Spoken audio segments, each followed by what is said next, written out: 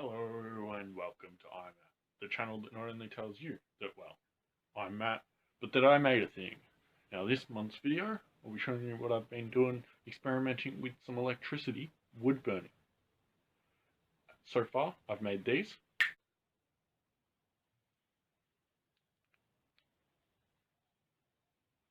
Just as experiments, and now I'm trying to make a sign that says danger.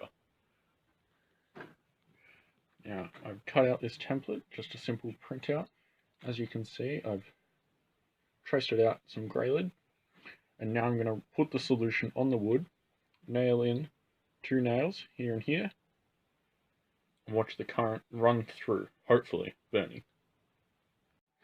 Alright, so I'm halfway through putting the solution on. As you can see, it's wet. The solution is just some warm water at roughly a 1-to-1 ratio. So 1 cup of water to 1 cup, not 1 cup, 1 tablespoon of bicarb soda. It doesn't have to be perfectly roundabout, it's fine, is what I've seen, but it does have to be on the top, otherwise the electricity won't run and the problem will arise. Now, as you can see, I'm going to have to work fast because I've just got to here, but down here is already starting to evaporate. So, I'm just trying to use these cotton buds, put it inside the lines. I'm kind of struggling, but we'll see how it goes.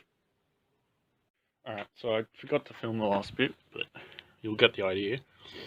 I just turned it on and connected one terminal to the end of this stick and the other nailed in to the corners, to these points. And I had to guide it, as you can see, like it's a heat point there and there and there, just where it's a bit more charred there, where I had to guide it into that. It doesn't really like the words, like you can kind of see from the water that it says danger, but if we erase that and got rid of it, it just looks like the same as the others. So now begs a new test, if I can just make one letter. Alright, new plan. I've just sketched out a D. This is also treated pine. You should not do it on treated pine, but I am a trained professional. Not trained, just stupid is more.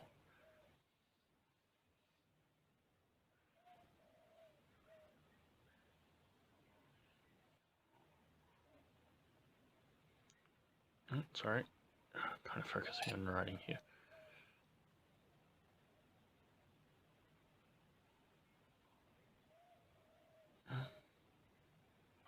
I'm hoping that this will work. So I've plugged it in. You might be able to hear that, the 50 Hertz hum. And now I'm gonna watch your eyes.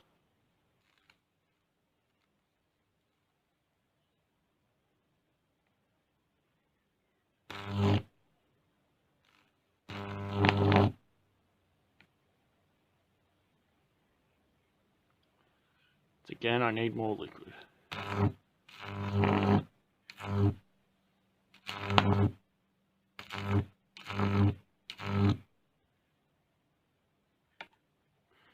I'll be back in a minute with more liquid. Right, we're back. She's humming.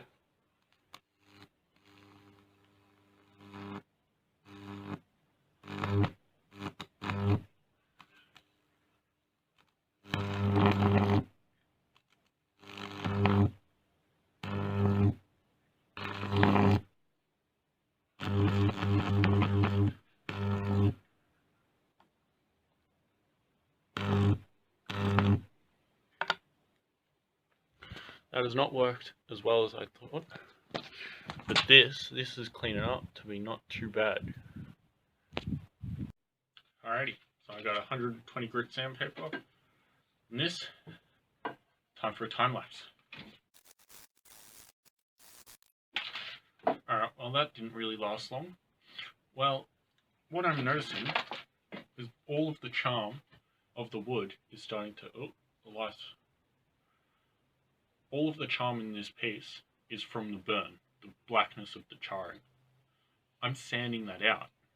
Now, something I didn't show before that I was going to mention anyway, is after you burn it, there's excess soot. So you want to get a toothbrush or an old scrubber or something and run it under some water and scrub out all the excess soot. It comes out real easy, and the toothbrush or whatever stops becoming black when it's done.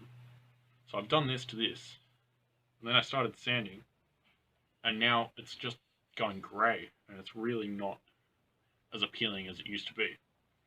Whereas if I swap that for the other one that I just showed you, be right back. For example, this one or this one, the soot is still in there, but if you can compare these side by side, the one on the bottom is far blacker than the one on the top. The one on the top I've brushed, whereas this I just completed. So now, the question is, what do I do? I think I might add an oil to the top. But first, I'm going to scrub this one clean. Alright, so I've just finished scrubbing it. As you can see, this is still wet, but it doesn't look nearly as good as this one. Now this one I did scrub, but I just did from point to point. This one is a bit too extratic, but I also sanded it, and as you can see, it's a lot fainter than the one on the top. Then you compare it to this one, where you can still see the D, G, and R in the solution, bicarb solution. But if you ignore that, it just looks like a single pass-through, pretty much goes all the way over to there.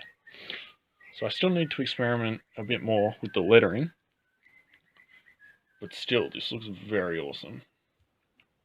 I think maybe this has still got a little bit of dampness in it, so it needs to be left out in the weather a bit more, then lightly sanded back the top, trying not to make it go grey like this one is, or a nice stain like an oil, or maybe bring out the grain a little bit more.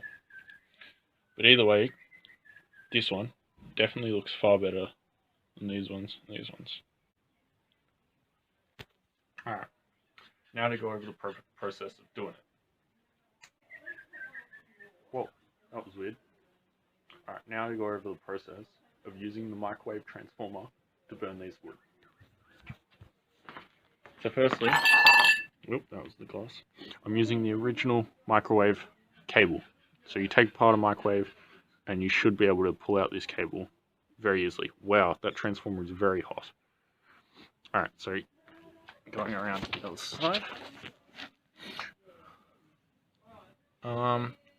Live wire, ground.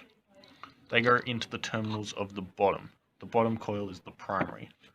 The secondary comes out on this tab here, and also is soldered to the casing. So my second wire is strapped just to the ferrite core, which, as you saw, is connected to this nail. Really? You know, people out there, stupid people. Alright, as I was saying, so I've got the power cable running straight into the transformer, then the output to my two leads. One is this brown, which is attached there, and the other is on my stick. Now, the stick is only for testing purposes. Normally, when my first few ones, I just nailed it in and covered the area between the solutions, and it would do the burning, like you can see here. Now, what you want to do is not touch them together. You saw me do that. When they touched, they immediately short and ionize the air, creating a fire, and it really doesn't do great for your eyes. I really should have been wearing sunglasses for when I was doing this, because my eyes are really sore right now. I'm not blind, but it feels like I've been staring at the sun for about 5 minutes. Also, I've got this on this old wood pencil box that I made in school. That is to insulate this from the actual ground. Just in case, I don't want anything arcing to anything near it, like this wire or a hammer that I've got nearby, etc, etc. I want this insulated, because the casing is one of my terminals. Alright, so that's it. It's simple wiring. The transformer comes in, steps up the 240 volts up to about 2000 volts, which then we use to burn wood. Now, be careful, because without the solution, it will not burn, but you still will be able to hear the transformer, with the 50 hertz hum.